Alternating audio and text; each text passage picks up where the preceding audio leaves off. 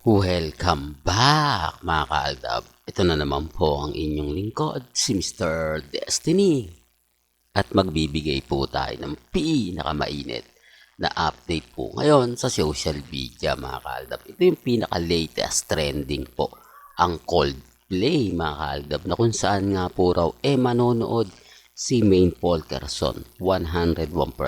Siyempre pinagpepiestahan to ng mga ARMY at mga main fanatics. Siyempre, pabor na pabor po ito sa Aldab Nation kahit po anong ipakita nila mga video na halatang inedit lang, na halatang kumbaga hindi rin natutuwa. Hindi po ba si Maine Polkerson kapag nakikita niya? Ano nga po ba yung tumatak sa Coldplay? Ano nga po ba yung mas pinag-usapan? Hindi po ba?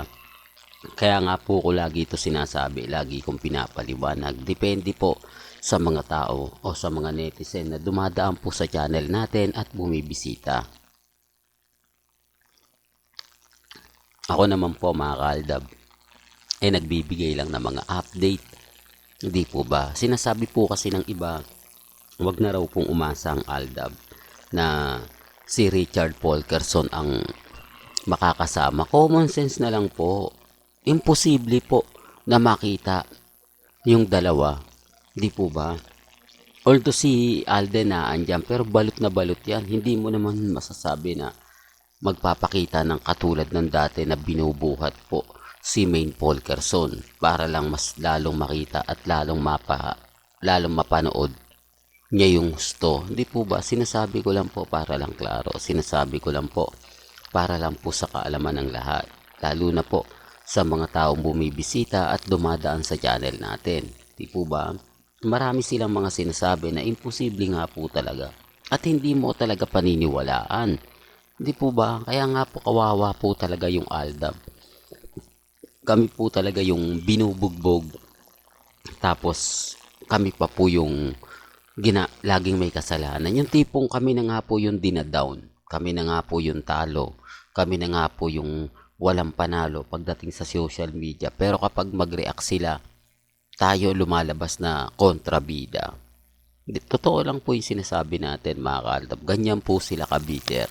Ganyan po sila ka-affected. Tapos ngayon daw po babawi si Congressman Arjo. Kaya daw po walang update. Kaya daw walang ganap. Alam niya sa totoo lang po, may mga bagay-bagay na hindi naman gusto yung panglasa. Hindi po ba? Ito yung pagkakaiba kila Menga, kila Congressman Arjo. May mga bagay-bagay po na gustong-gusto ni Maine na ayaw naman ni Congressman Arjo. Napipilitan lang, hindi po ba? Sabi ko nga po sa inyo, relax lang kayo. Kampante lang. Hindi po ba? Darating din po yung point, mga kaaldab, tayo naman po talaga yung wagi. Tayo naman po talaga yung panalo. Sinasabi ko lang po ito para lang klaro. Para lang po sa mga taong dumadaan at bumibisita sa channel. Di po ba ni Mr. Destiny? Ang dami kasing mga kuwento, ang dami kasi mga sinasabi na talagang mapapaisip po kayo. Totoo ba yan, Mr. Destiny? Huwag po kayong maniniwala.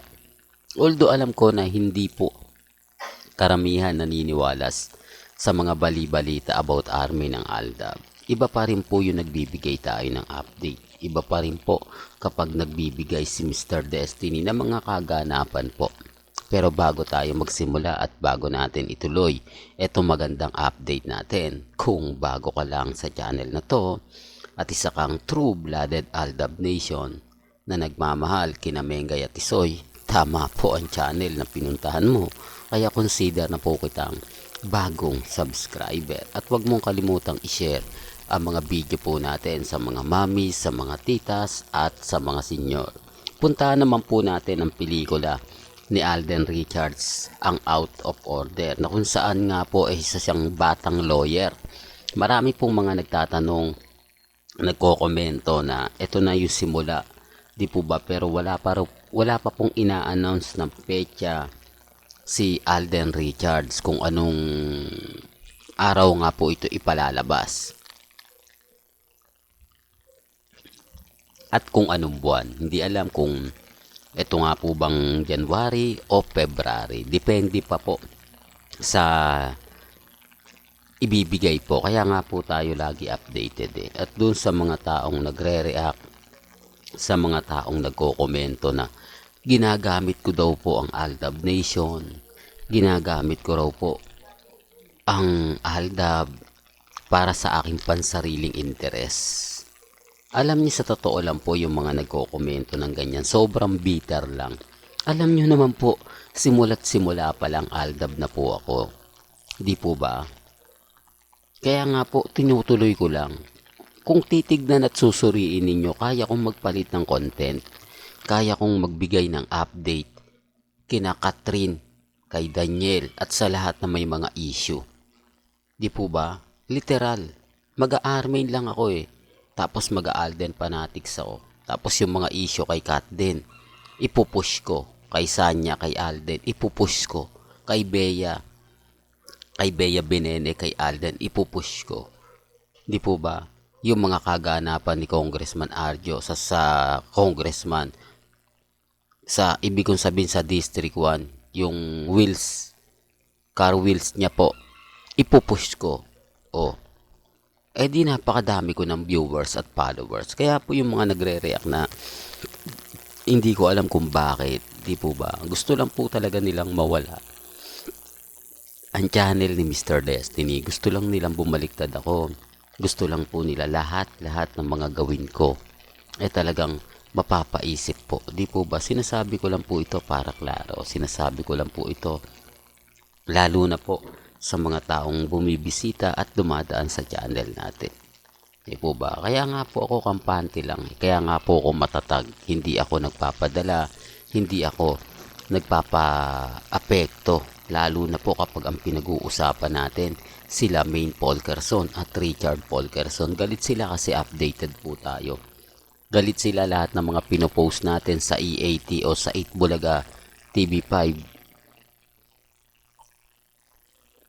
Yun din yung pinopost ni Mengay sa Instagram. Hindi man lang nagpaparamdam o wala man lang daw pong paramdam. Tapos ang pinaka-kinaiinisan nila, ginagaya ko daw po o gusto ko raw pong mangyari, gayahin ni Congressman Arjo yung ginagawa ni Rambo at yung ginagawa ni Maha para kay Rambo. Real talk yan mga kaaldab. Affected sila kasi wala po talaga silang update. Kahit balibalik na rin yung social media, hindi po nagbibigay ng ganap ni isang post si Congressman Arjo para kay Maine. Ganon din naman po si Mengay. Kaya nga po nasabi natin na ang Sarsuela tapos na. Kasi kung hindi po magsasalita ang TBJ patungkol sa Sarsuela, wala po talaga. Di po ba? Hindi po talaga masasabi ng ganito, masasabi ng ganon. Sinasabi ko lang po para sa kaalaman ng lahat. Sinasabi ko lang po sa mga taong bumibisita at dumadaan po sa channel natin. Kaya nga po ako 101% kampante. Kaya nga po 101% updated po ako.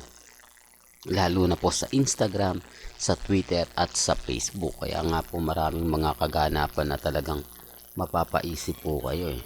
Hindi po ba? Sinasabi ko lang po ito para lang klaro. Well, hanggang dito na lang po ang ating latest updates. Kaya kung gusto nyo pa po ng pinaka-latest at sariwang update, abay tumutok lang po kayo dito po sa channel ni Mr. Destiny para updated po kayo sa mga latest at sa mga bagong video po na ilalabas po natin maya-maya lang. Hanggang sa muli, salamat po sa panonood at pakikinig.